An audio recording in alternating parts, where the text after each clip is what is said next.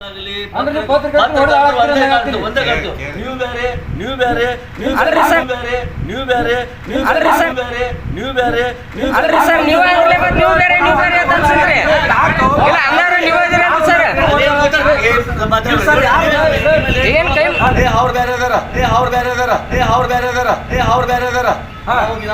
ಅದಕ್ಕೆ ನಮ್ಗೆ ನಾಲ್ಕು ಸರ್ಟಿಫಿಕೇಟ್ ಕೊಡ್ಬೇಕಂತ ಅಂತಾರೆ. ಹೌದು ಸರ್,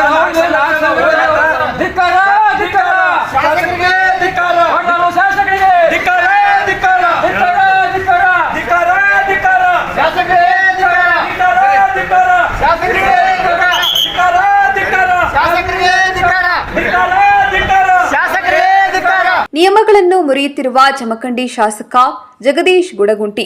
ನಿಮ್ಮ ಕಣ್ಣಲ್ಲಿ ದೊಡ್ಡ ಪತ್ರಿಕೆ ಇದ್ದವರು ಮಾತ್ರ ಪತ್ರಕರ್ತರು, ಚಿಕ್ಕ ಪತ್ರಿಕೆ ಇದ್ದವರು ಪತ್ರಕರ್ತರು ಅಲ್ವಾ? ದೊಡ್ಡ ಪತ್ರಿಕೆಗಳಿಗೆ ಭಾರತ ಸರ್ಕಾರವೇ ಸುದ್ದಿ ಮಾಡಲಿಕ್ಕೆ ಅನುಮತಿ ನೀಡುವುದು, ಚಿಕ್ಕ ಪತ್ರಿಕೆಗಳಿಗೂ ಸುದ್ದಿ ಮಾಡಲಿಕ್ಕೆ ಭಾರತ ಸರ್ಕಾರವೇ ಅನುಮತಿ ನೀಡುವುದು. ಇದು ನಿಮ್ಮ ಗಮನಕ್ಕೆ ಇರಲಿ. ನಿಮ್ಮ ಕ್ಷೇತ್ರದಲ್ಲಿ ಇಬ್ಬರು ವಿದ್ಯಾರ್ಥಿಗಳು ರಾಜ್ಯ ಮಟ್ಟದಲ್ಲಿ ಫಸ್ಟ್ ರ್ಯಾಂಕ್ ಬಂದರೆ ಒಬ್ಬರಿಗೆ ಪ್ರಶಸ್ತಿ ಕೊಡ್ತೀರಾ?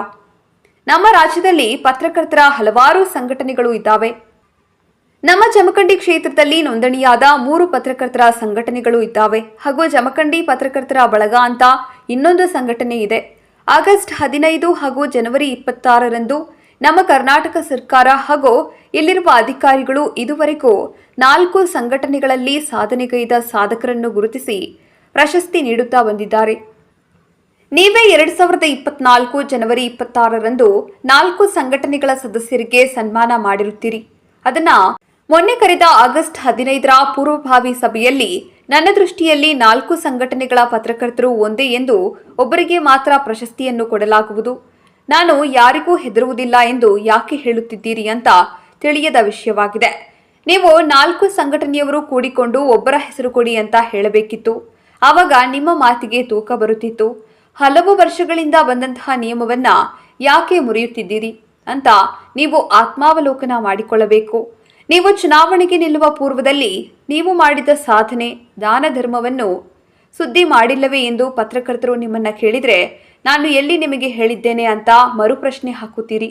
ನೀವು ಹೇಳಿದ್ರೆ ಮಾತ್ರ ನಾವು ಸುದ್ದಿ ಮಾಡುವುದಿಲ್ಲ, ಸತ್ಯವಾದ ಸಂಗತಿಯನ್ನ ನಾವು ಸುದ್ದಿ ಮಾಡ್ತೇವೆ, ನಿಮ್ಮನ್ನ ಕೇಳುವ ಅವಶ್ಯಕತೆ ಇಲ್ಲ. ನೀವೇ ಸಣ್ಣ ಪತ್ರಿಕೆಯವರನ್ನ ಮನೆಗೆ ಕರೆದು ಚಾ ಕುಡಿಸಿ ಬೆನ್ನು ತಟ್ಟಿದ್ದು ಮರೆತಿದ್ದೀರಾ. ಜಮಖಂಡಿ ಕ್ಷೇತ್ರದ ಜನರು ಶಾಸಕರಿಗೆ ಮರೆವು ಜಾಸ್ತಿ ಅಂತ ಹೇಳ್ತಾ ಇದ್ದಾರೆ. ಅದು ಈಗ ಪತ್ರಕರ್ತರಿಗೂ ಮನವರಿಕೆ ಆದಂತೆ ಆಯಿತು.